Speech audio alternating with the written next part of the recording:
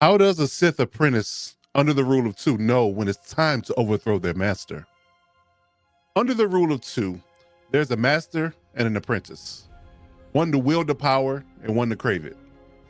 But what happens when the apprentice no longer craves the power, but now craves control? It is said that the apprentice will devise a way to overthrow his master, kill him, and take the mantle of Sith Lord of the dark side. That begs the question, when does that time come? Well, it truly depends on who the master and apprentice are, how powerful each Sith is within the Force, and sheer opportunity to determine when the shift of power will happen. If you look at Darth Sidious and his master, Darth Plagueis, Sidious knew that Plagueis was extremely powerful, and he could not overthrow him with sheer force or their knowledge of Sith teachings. Sidious decided to strike in a more calculated manner. He got Plagueis drunk, and as he passed out, he shorted out his breathing machine and it ultimately killed him.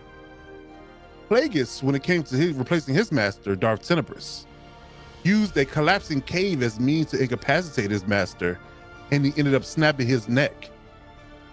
The only record of brute force that is documented of an apprentice beating their master in combat is Darth Bane versus Darth Zana. Zana became powerful enough in her own right that she challenged Bane to a 1v1 fight, and she bested him in battle, killing him and taking up the throne of the Dark Lord. So it would seem that it really matters not only how powerful you are, but how calculated you are will determine the right time. As even Darth Vader, who never challenged Sidious at any point because of his suit and how vulnerable it was to Sith lightning, that it took his master to be distracted by his son Luke that will ultimately allow him to take advantage and throw Sidious down the Death Star reactor shaft. Ironic. Thank you for watching this video. Subscribe for more Star Wars content. And please check out these two videos on the screen here to further your Star Wars journey.